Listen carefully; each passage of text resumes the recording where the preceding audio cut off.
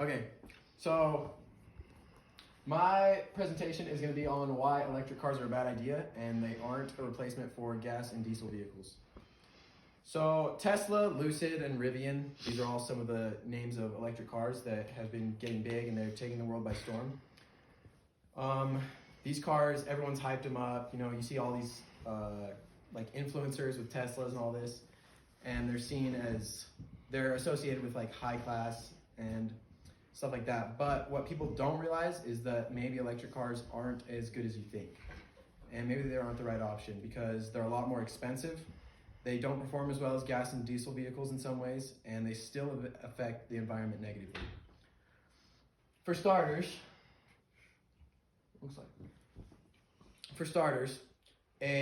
so let's take the BMW 7 Series sedans, for example. The base price for a gas 7 Series sedan is $95,700. Now, let's look at the electric base model 7 Series, and the starting price is $119,300. That's almost a $15,000 difference for essentially the same car. One's electric and one's gas, and that's a lot of money. But that's not it. James Schaffer from InsurancePanda.com estimates to replace a Tesla battery can cost anywhere between $10,000 to $25,000 depending on the scenario and the vehicle, as well as like insurance. So they're a lot more expensive if you have to replace anything like that compared to like gas cars. As far as performance goes, I'm sure the first thing everyone's going to think of is that, you know, electric cars get a lot better gas mileage. And yeah, that's true. They do get a lot better gas mileage, but how far can they go on a charge? Like, what's the range? So back to the BMW 7 Series. The electric BMW 7 Series has a range of roughly 295 miles. Now, to compare that, my 10-year-old car can go 150 more miles on a tank of gas than that. But just to make things fair, let's compare it to the brand new gas 7 Series BMW. The new BMW 7 Series gets 27 miles to the gallon on average, and it has a 19.5 gallon tank. So with some simple math, that comes out to about 526 miles they can get on a single tank. So aside from the gas mileage, or aside from the range, electric vehicles also can have problems with the batteries. If it's cold or if you live in a place where it gets flooded a lot, the batteries can be a big problem. And along with the performance side, electric vehicles aren't able to tow as much as their gas counterparts, which is why diesel trucks are still going to be such a big part of the world. We're not going to be able to replace semis with electric vehicles anytime soon.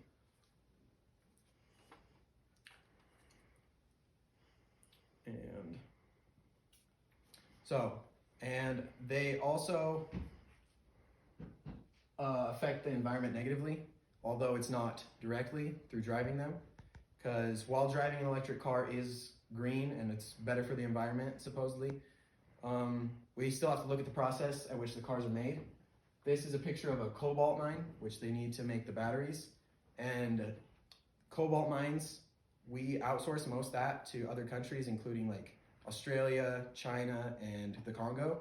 And the Congo, the workers are forced to work in really bad conditions. So essentially we're supporting this practice. Lithium mines and fields are also something that looks similar to this, the mines. They're very hard to like help the environment recover from. And the lithium mines work by evaporating water from fields. And when you evaporate that much water to try and leave the lithium alone, it increases salinity and can contaminate the water nearby, which is bad for surrounding areas. So this is a lot worse than like what a finished oil pipeline looks like. We're able to restore the area around a pipeline more. And along with that, Teslas and all these electric cars run off electricity, but what people don't realize is that a lot of this electricity that we're getting on the grid is run by all these power plants that are running off coal and all these non-renewable resources. So to get power for these, so we'll call them cars that are better for the environment, we're still burning fossil fuels to get that power. And that's why, even though they don't directly affect the environment, their production process is still just as bad. So that's just a couple reasons. Now, if you didn't know before, you should know now that electric cars aren't as good as they seem. And a lot of people, they hide some of these facts, especially about the production process, and they don't want people to know that it can hurt the environment this much, and they just decide to ignore these facts. But I'm not saying gas and diesel cars are good for the environment, but I think with comparable effects on the environment, you can do a lot more with gas and diesel cars, and they will be better in the long run and perform better. Thanks. Really good.